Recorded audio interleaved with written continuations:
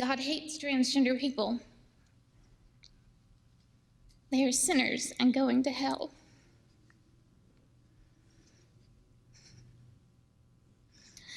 My God taught us to love one another. Jesus sought out those who others rejected. Some people choose to embrace biblical verses that appear to say transgender people are being wrong.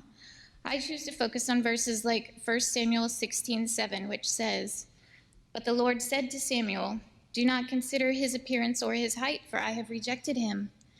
The Lord does not look at the things people look at. People look at the outward appearance, but the Lord looks at the heart." My daughter is a girl in her heart. She knows it. God knows it. And that's good enough for me.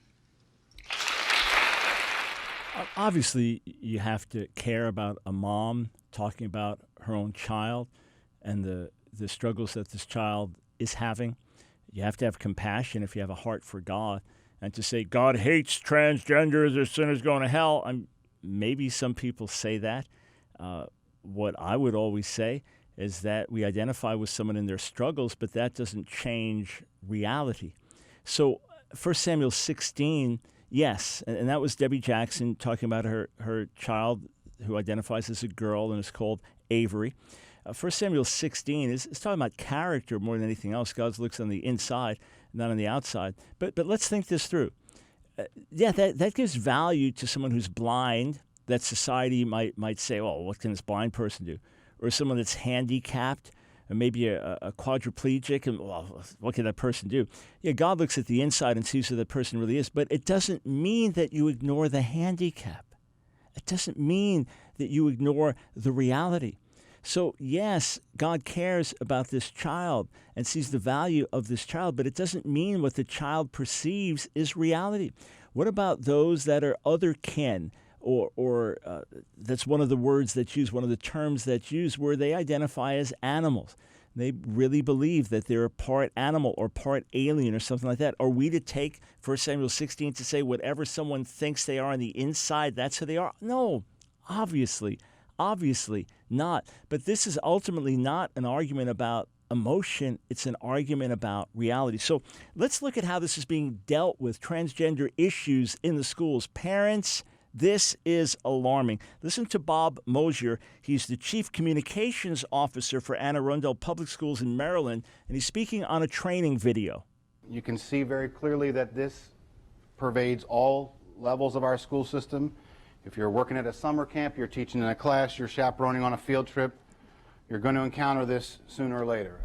I've seen these videos a number of times now, and there's one part of the first one that sticks out to me, and it's Debbie Jackson, and when she says, "And then the kids went home and told their parents, and they weren't so great after that." We have transgender students at every level of our school system right now. You've not heard anything about them because we've tried to support them and their families as best we can. And our kids get it. The adults on the outside sometimes don't get it, but the kids get it. Oh, those evil, bigoted, obscurantist parents, they just don't get it. Have you ever heard that parents often know best? Have you ever realized that there's a reason that parents are teaching children rather than children teaching parents? That in the schools it's adults teaching children rather than children teaching adults? Have you ever thought about the fact that the parents may have some wisdom here? Look, there's an article in the Washington Times. That says this: Maryland School District, don't tell parents if transgender males bunk with daughters. Are you hearing that? Maryland School District is instructing teachers and administrators not to tell parents if their daughters are bunking with male students who identify as girls on overnight field trips. That's abusive. That's an infringement on parental rights and parental responsibilities. And to say, well, the kids get it, the parents don't. What about the school districts where the kids are in uproar? What about the many schools across the country where kids are having a problem with these issues, where girls who are 15 years old feel violated because there's a biological male in their locker room or in the shower stalls, and they rightly should feel violated? This is absolute nonsense. This is irresponsibility. The better thing is to try to help the kid, maybe 1 or 2 in 1,000, that's struggling with their identity. And if they need a private facility to use, if there's a faculty, a bathroom they could use or something like this, or a private bathroom, sometimes there's a handicap bathroom, then let them use that. But you don't impose this on everybody else and make the parents out to be the bad ones and then hide essential information from the parents. And what about some teenage kid that's just going to have some fun, identify as a girl so he can hang out, sleep with in the girl's bunk? You got to be kidding me. All right, listen to what Lori Pritchard has to say. She is the director of legal services in the same school district. Here in the school system, we've been working on this issue for months and months before any of this guidance came out from the federal government. And we'd also received guidance from the state of Maryland basically saying, we think any student that identifies as a female should be treated as a female. Any student that identifies as a male should be treated as a male, regardless of what their sex was at birth. So we have been working on some internal guidelines which have not been published yet because everything keeps changing. As you can see, as of today, now we're getting additional information.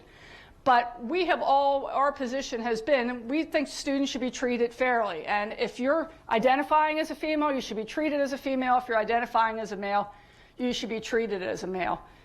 Wow. Ms. Pritchard, what if the kid identifies as male and female, as some do? What if they identify as neither? What if they identify as male one day, female the next day? Whatever they say, however they identify, that is how you are going to conduct business in the school. This is sanity. This is order. This is wisdom. This is dealing with reality. What about the kids? As I've often cited an NPR interview a few years back, where the kids were fighting against the oppressive gender binary that society puts on a male or female, and some did not want to be called male or female. They wanted to be identified as tractor. Call me tractor. About those kids. Come on. Once perception becomes reality, you step into social madness, and on a practical level, it gets even worse. One more clip. One issue that may come up, and is when we talk about overnight field trips. So let's assume there's, three girls in a room, and then there's Johnny, who identifies as Jane, comes to the room. And then one student's upset. What do? We're going to have to make arrangements if that student wants an alternative arrangement who's uncomfortable to accommodate that student. And that's going to look different depending on where you are, right? Do you have separate cabins? Is there another area where the student could stay? So facilitators are going to be advised of that, and we're going to have some processes in place to work if students are uncomfortable. It's more the parents that are uncomfortable most of the time than it is the students. So you may need to be prepared. We're going to have some processes in place too. If parents call up and say, what the heck, my student just called me and said, there's a boy staying in his room, and we're going to have to be prepared to say, students have rights. We're required to follow the law with those students. That's about the most I can say to you, but we can certainly work with your child for an alternative arrangement if they would like to stay somewhere else or they don't feel comfortable. Because we want to make sure that, that everyone's able to participate and to access camps in our county and to have the same rights as other students. This is madness. First, you don't even tell the parents up front. That's number one. Number two, you got 3 girls in a room with a biological male, okay, with male private parts, who may well be attracted to girls, all right? He may easily be attracted to girls even if he identifies as a girl. He's now sharing a room.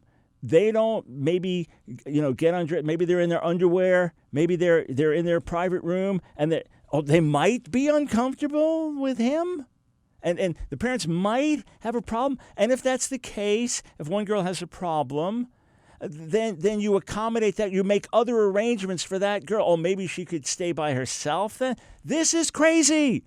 Do you see how far we have gone? When you move from perception in becoming reality, you move into that, you move into social madness. And instead of saying, let's help the one child that's struggling, and if we have to accommodate that child and get them their own bunk, their own room or something like that, we're willing to do that, okay? Because they don't feel, biological male doesn't feel at home with other males, so we'll accommodate. No, now you turn it upside down.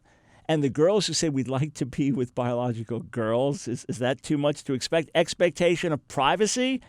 And some of us have been abused, and even if this kid's all right, we are a little traumatized by a biological male in the same bunk with us, sharing the same bathroom with us, rather than saying, okay, let us care for everybody else. No, it's, again, you got one student that's blind, so now everybody has to close their eyes and read with Braille. Wake up to reality. And parents, find out what's happening in your schools. Reach out to the families who have kids who identify as transgender. Show them the love of God. Help them find wholeness in Jesus. And oppose this social madness in your child's school.